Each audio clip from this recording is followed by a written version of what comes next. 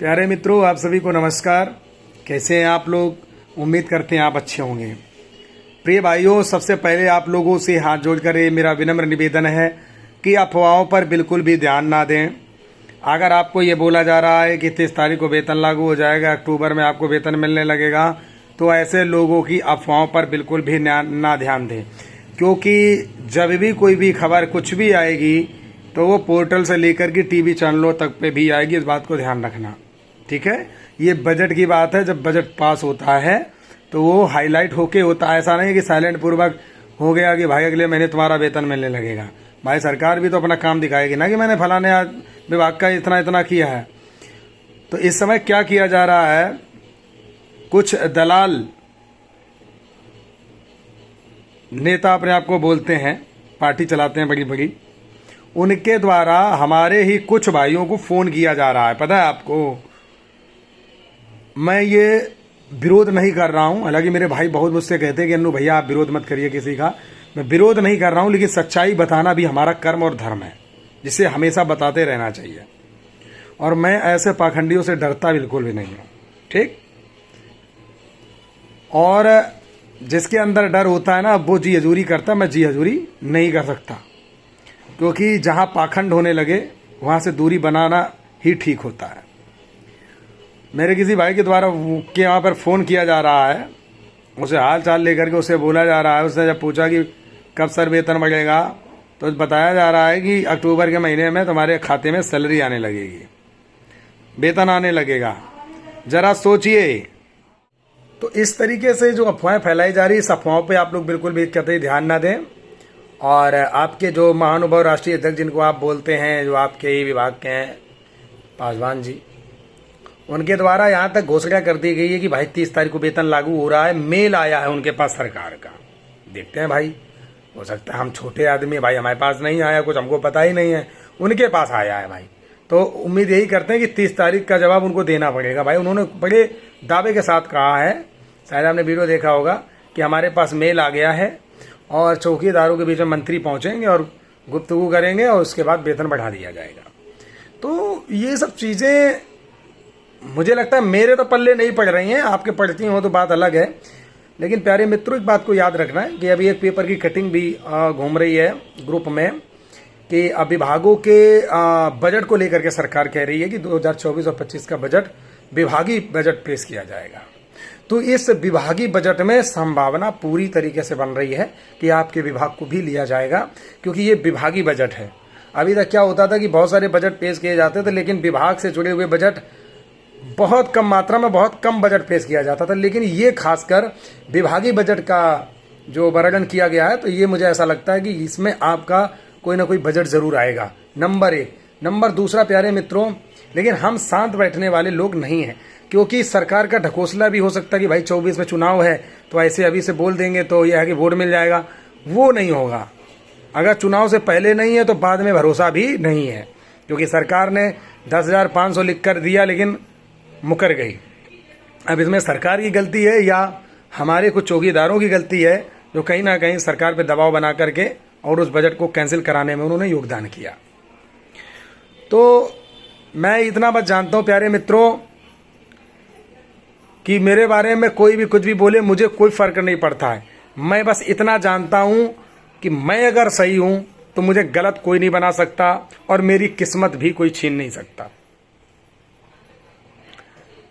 हम हर एक वो साक्ष्य पेश करने के लिए हमेशा तैयार हैं और तत्पर हैं कि ऐसी पार्टी को मैंने छोड़ना इसलिए उचित समझा क्योंकि हमारे चौकीदारों के साथ जो राजनीतिक तौर पे कार्य किया जा रहा था, ये बहुत ही निंदनीय है। और आप देख रहे हैं फोन बज रहा है। भाई मुझे तो ऐसा लगता है कि मैं शायद चौकीदारों को समझाकर कामयाब नहीं हो पा रहा हूँ। इतना रिक्वेस्ट करता हूँ, लेकिन अभी मैं नहा धो करके बिल्कुल फ्रेश होकर के बैठा हूँ, सोचा आपसे बात कर लूँ। और फ़ोन आना भैया या क्या, लेकिन मैं सुबह से मैं एकदम वो हो जा रहा हूँ एकदम। इस चीज़ पे बिल्कुल भी हमारे भाई बिल्कुल ध्यान नहीं दे रहे हैं कि आखिर ऐसा हमने कौन सा गलत काम किया है जो मुझे सिर्फ परेशान किया जा रहा है फ़ोन कर करके। अच्छी बात नहीं है। तो मित्रों देखिए, तो फिलहाल आप लोगों को किसी के अफवाहों पे ध्यान नहीं देना है और मेरे ऊपर क्या कौन करता है, क्या लगाता है, मैं इस बारे में कोई टिप्पणी नहीं करना चाहता हूँ। जिसको जो करना है वो खुद भुगतेगा। लेकिन बस ये ज़रूर कहूँगा कि अगर उनके अंदर स्वार्थ नहीं था तो आप चौकीदारों के बीच में झाग मराने के लिए आए हो क्या? इसके अलावा हमारे जो विरोधी हैं उनका गुणगान करने लगे हो। यानी तुम्हारे अंदर स्वार्थ छिपा है, तुमको अपनी पार्टी चमकानी है।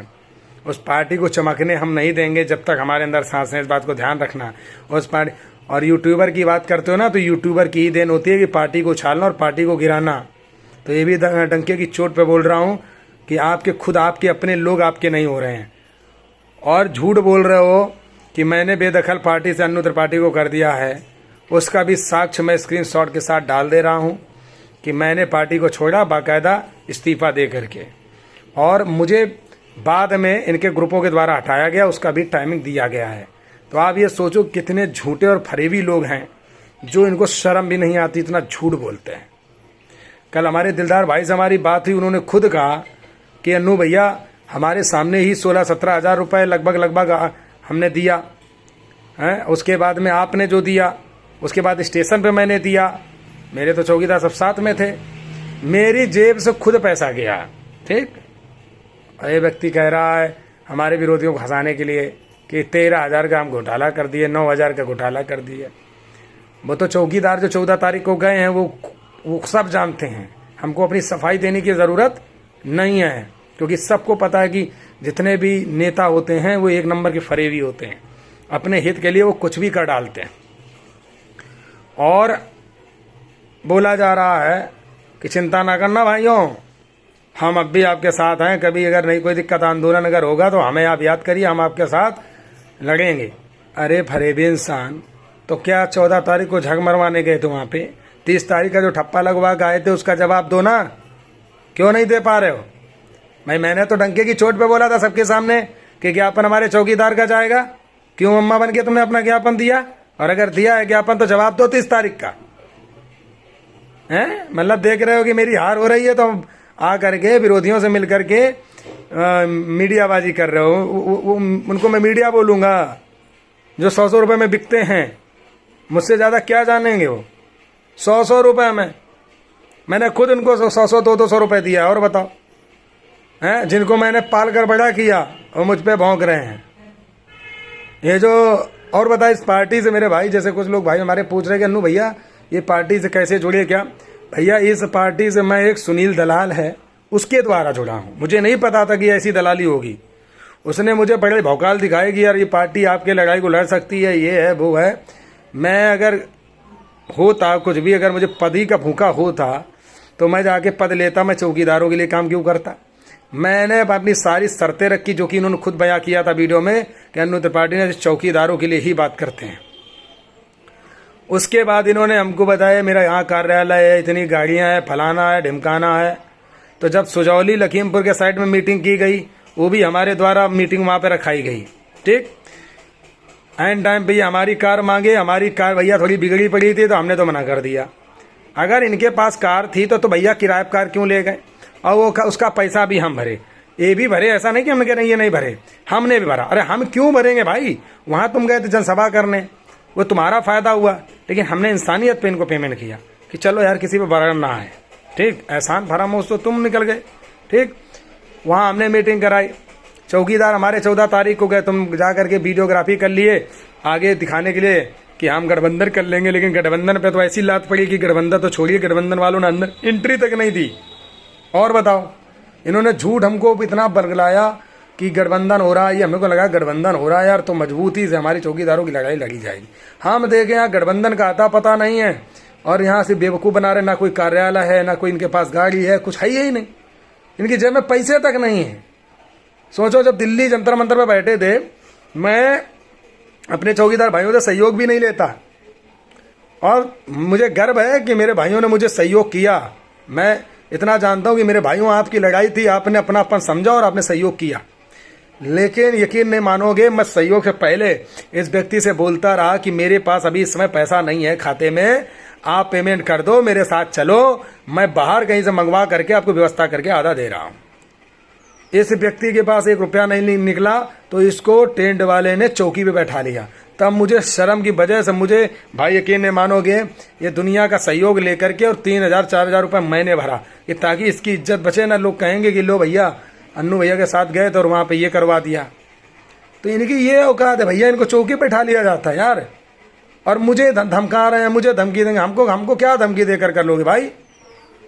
हम देखिए एक आज़ाद नागरिक हैं, हम गलत करेंगे तो हमें गलत बोलोगे, हम गलत नहीं है तो नहीं है। तो कुल मिलाकर के इन चीज़ों को आप लोग समझिए मेरे भाई। मैं विरोध करना नहीं चाहता हूं, लेकिन सच्चाई को भी पता होना चाहिए कि ये ऐसे ही ढकोसले लोग सिर्फ बेवकूफ़ बनाने का काम करते हैं। हमारे वकील साहब ने हमको मना किया था इस पार्टी से मत जुड़ो, ये ढकोसली है। एक हमारे मनोज त्रिपाठी हैं, उन्होंने मना किया कि ये पार्टी अन्नू भाई ढकोसली है, पैसा मत खर्च करना। ऐसी पार्टियां बहुत सारी आती, क्योंकि मनोज भैया के साथ कई बार धोखा हुआ है। मनोज भैया के टिकट के नाम पे लाखों रुपए फंस गए हैं। तो मैं तो वहीं से सतर्क हो गया था। उसके बाद पिताजी ने हमारे मना किया, लेकिन हम नहीं माने। मेरी ये गलती है कि मैंने ऐसे व्यक्ति पे भरोसा किया, और आज ये देख लीजिए उस भरोसे का नतीजा क्या हो रहा है कि मेरा सर्प मुझे ही काट रहा है। लेकिन हमें इससे कोई फर्क नहीं पड़ता है। गाना गा के मेरी बुराई करो, चौकीदार अच्छी तरह जानता है कि कौन सही और कौन गलत। इसका जवाब समय आने पर चौकीदार देगा। लेकिन मेरे भाई जो विभागीय बजट आ रहा है, इस बात को ध्यान रखना। उस बजट में आपके बजट आने की पूरी संभावना है। किसी ढकोसले चक्कर में मत पड़ना, किसी की अफवाहों पे ध्यान मत देना। ये आप सभी से निवेदन है। अगर आपके पास कोई ऐसा नेता और पार्टी का फोन आदमी करता है तो उसको इतना लताड़ना कि उसको भागी रास्ता ना मिले। ये आपको कसम है भाई, क्योंकि ये एक नंबर के ढकोसले लोग हैं। अगर इतने बड़े तुम हितैषी थे, एक काम बता दो, तुमने अन्नू त्रिपाठी का या चौकीदारों का हित कर दिया हो। मेरे चौकीदारों को जब तकलीफ हुई, इनको बोला गया, इन्होंने एक काम नहीं करवा पाया, खाली ढकोसलेबाजी की। अरे मेरे अंदर तो हिम्मत है कि मैं तो करवाता हूं डंके चोट पे, और जिनके काम कराए वो अच्छी तरह जानते हैं कि नहीं करवाए कि नहीं करवाए। तो भाइयों आप लोग इस चीज पर थोड़ा ध्यान दीजिए। विरोध करना मेरा कोई उद्देश्य नहीं है, इनका विरोध करने से मेरा टाइम खराब होगा, लेकिन सच्चाई को कहना बहुत जरूरी है, इसलिए मुझे बयां करना पड़ा। क्योंकि ये जो विरोधी लोगों से मिल करके अब मुझे ये देखना कि ये विरोधी लोग उस पार्टी के तलवे चाटते कि नहीं, और अगर चाटते हैं तो समझ लो कि ये सबसे बड़े दलाल हो जाएंगे। पता है क्यों? क्योंकि जब मैं जुड़ा तो मुझे तो जीने नहीं दिया, तो खैर मैंने तो अपने दम पे वहां पर बैनर नहीं लगने दिया। अब देखेंगे कि कौन जा रहा है पार्टी में। तो ये सब आप लोग देखिए, ये है राजनीति। इस राजनीति में चट्टे बट्टे सब एक हो जाते हैं, लेकिन जो ईमानदार और सत्य के राह पे चलता है वो व्यक्ति कभी ऐसी पार्टियों का साथ नहीं देता जो सिर्फ बेईमानी और फरेबी करने का कार्य करती हैं। और मैं खासकर उस पार्टी से जुड़े हुए जितने पदाधिकारी, मैं उनसे भी कहना चाहता हूं कि एक ना एक दिन तुम खुद लात मार के ऐसी पार्टी में आओगे, गारंटी है। क्योंकि मैं जागरूक हो चुका हूं, मैंने समझ लिया इस पार्टी का खोखलापन। ना कोई गठबंधन दिख रहा, ना कोई ठगबंधन दिख रहा, सिर्फ झूठ बोल बोल करके लोगों को पद दिया गया। शर्म करो, भगवान भी माफ नहीं करेगा तुमको। जय हिंद।